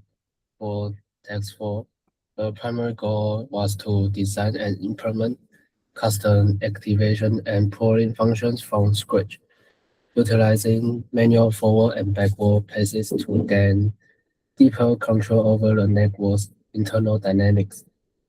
The key challenge addressed here was overcoming common CNN limitations, such as the dying neuron problem, where ReLU units become permanently inactive, and the potential information loss that occurs during spatial downsample. To tackle this, our design strategy features an adaptive soft ReLU, which introduces non-monotonic oscillation in the negative domain to maintain constant gradient flow and L2 power sampling. An energy-based method that aggregates local feature intensity for more effectively than standard max pooling. Next page. In terms of technical implementation, both layers were constructed using torch autograde function to explicitly define the mathematical derivative for back propagation. Next page. This approach led to a significant breakthrough, achieving a 0% dead neural rate across all layers, including COM1, COM2, and the first fully connected layer. The mechanism behind this success is the oscillatory negative region, which ensures that no neuron is ever permanently locked at zero, thereby maximizing the model's representational capacity. Next page. Experimental results further validate these innovations, with a model reaching a peak validation accuracy of 92.18% on facial MNIST dataset. The training process demonstrates a stable upward trend and robust generalization after 10 epochs. The key takeaways from this experiment are clear. Creating immortal neurons by eliminating gradient stagnation leads to much more reliable training dynamics, while L2 polling provides a smoother gradient signal that preserves significantly for more spatial energy than traditional methods. Very good. Can you go back to the formula of the activation function? Yeah, I like this immortal neuron. I like the immortal neuron. We should have an immortal neuron song, you know. Let me think about this. Huh? Yeah, so you do the so x, and then you have the sine x. God damn it! And you manage to train with the x sine x. God damn it! So you choose. So does the y grow larger than 1? Do you have a plot of this activation formula? Yeah. Can you show me the plot? Because here you don't modulate the frequency. I really like it. It's very nice. I really like the sign. The only thing that I would have made is that I would have added a certain frequency. Yeah. Meanwhile, try to show us the plot. Huh? So I would have liked to have a certain frequency parameter, so that you can modulate the frequency of the x, the frequency of the sign. I think if I would have done it, I would have added that. Yeah. Do you have a plot of this? Let's see. Of what? Of the activation function. I think no. Do you have it in your code? So otherwise, we do it with Desmos. Huh? Do you have it? No. No. Can you do it with Desmos quickly? X times sine x. X times sine x. Yeah, let's just look at it on Desmos. Share. Yeah, so it's something like this. Yeah, you see that as your x goes, so this is the negative part is like this, right? And then you multiply by 0.1, right? 0.1. Correct? Yeah. And you managed to train this thing. Jesus. Yeah, because what I would have done is I would have done this, right? 0.1. I would have added the frequency, right? So that you slow down how fast you come back up. And maybe also, yeah, you can also add a bias, right? You can add a bias, let's say, of maybe minus something like this, right? So that minus 0.1. Yeah, something like this, or minus 1 times x. Yeah, this would be too much, something like this. But I like that, yeah, I like that you have, I like it. So I would have made it harder to come back. Yeah. Nice. Yeah, very good, very good. Okay, good. Good. Nice. Let me stop sharing. Okay, good. Nice. Okay, go ahead. Next page. Next. Yes. And I'm going to talk about the text box. And on the left is the accuracy curves of the CNN plus KN and only CNN. And it shows that the KN layer increased the fitting capacity of this model, but the validation accuracy does not improve.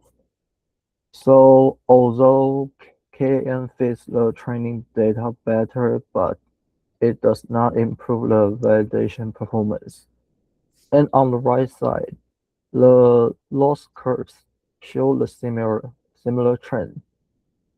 And the CNN plus KN has a lower training loss, but a higher validation loss.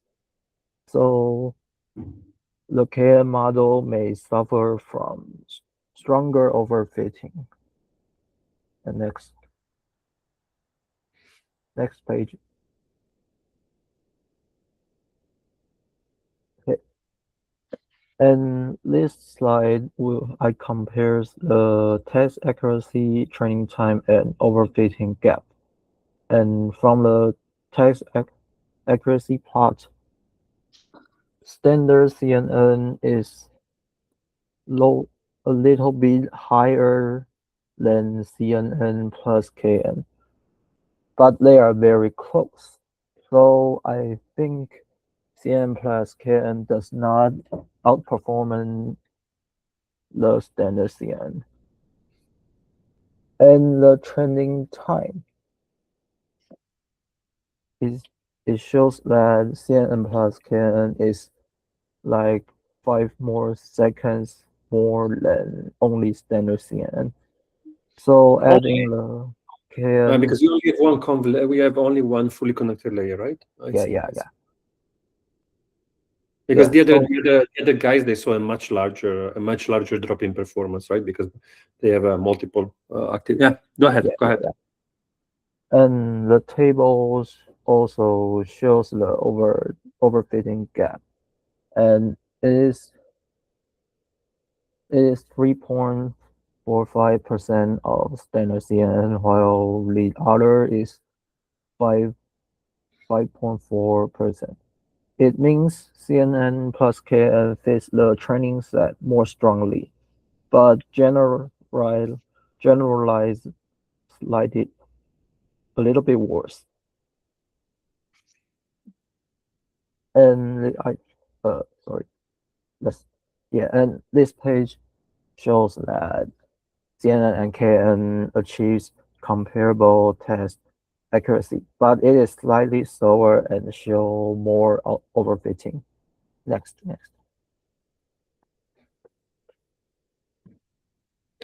So I do the stability check in this slide, and we use 3 seats, and to reduce computational cost, each run was trained for 5 epochs.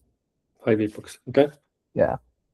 And then this experiment mainly compares stability across random initializations rather than the best initialization rather than the best final performance. And we can see in the table that CNN plus KNN has a lower mean test accuracy, and a larger standard deviation. Deviation. Deviation. I just don't worry. So it shows that CNN plus KN is more sensitive to random initialization in this setting, and is slightly less stable than the standard CNN. That makes sense. Next. And these slides visualize the learned uninvalid functions inside the KN layer. In the So it's much smoother than the other group used.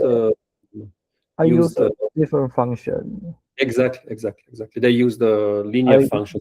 You use the yes. I use a Gaussian RBF basis. So RBF, right?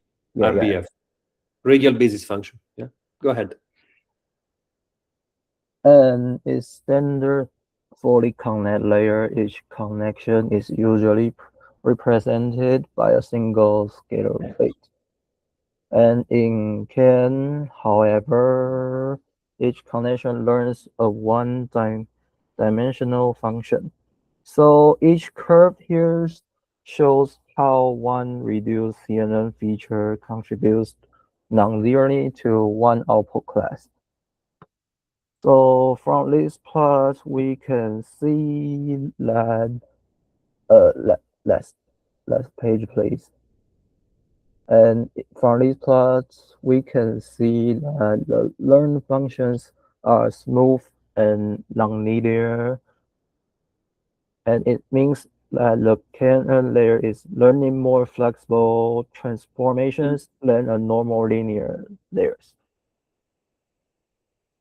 But only select input features and output classes are shown here.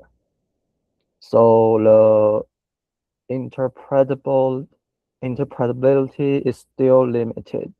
For a more complete analysis, we could visualize more classes and compare whether these functions remain similar across different random seeds. Wow. Okay, next. And this is the model design. Yeah. Both we use CNN feature extractor, which contain two convolutional blocks. Each block includes convolutional value and polling. And this makes the feature extraction part consistent and fair for comparison. And for CNN plus KN, after flattening, we first apply feature reduction from 3,000 dimensions to 64 dimensions. Level layer norm and yeah, I don't know what it is. Huh? Go again. The tangent hyperbolic function. Oh, hyperbolic tangent. Yeah. Tangent. Whatever.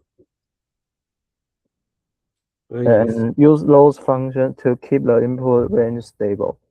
And last, finally, the features are passed into simplified KN layer, which output 10 classes of logics. So,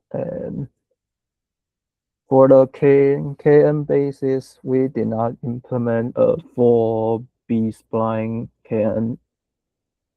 Instead, we use a simplified RBF based KN. Each connection uses 5 fixed Gaussian RBF kernels, and the coefficients are learnable. And this keeps the main idea of KN while making the model computationally manageable. Correct. Because your difference in training time was so small. Yeah. So Yeah. Very good. So I think that's the end. Very nice. Thank you. It was nice. Very nice. Yeah, guys, I suggest we finish the other groups next week. We have 2 groups left, so we do them next week, guys. Bear with me. I'll release the challenge this weekend. Remember again that you can form the groups however you want. Please try to form your groups as fast as possible. Don't wait for other people to come and ask you to be in a group. Reach out to the people that you want to be in a group with, because otherwise it's a mess, right? If some people are left out from groups, then they will have to email us and tell us, and then we have to figure out which groups are. Please, if you can do that by yourself, that will be great. Don't be shy, I think, right? So you guys should have worked with most other people, right? So just reach out to the people that you work with and figure out who you want to work with. Next challenge is going to be on RNN, and then next week we're going to do the 2 groups, and then we're going to talk about NLP. Okay, so we say goodbye to the people on YouTube. Remember to subscribe, ring the bell, leave a comment, whatever. Ciao, and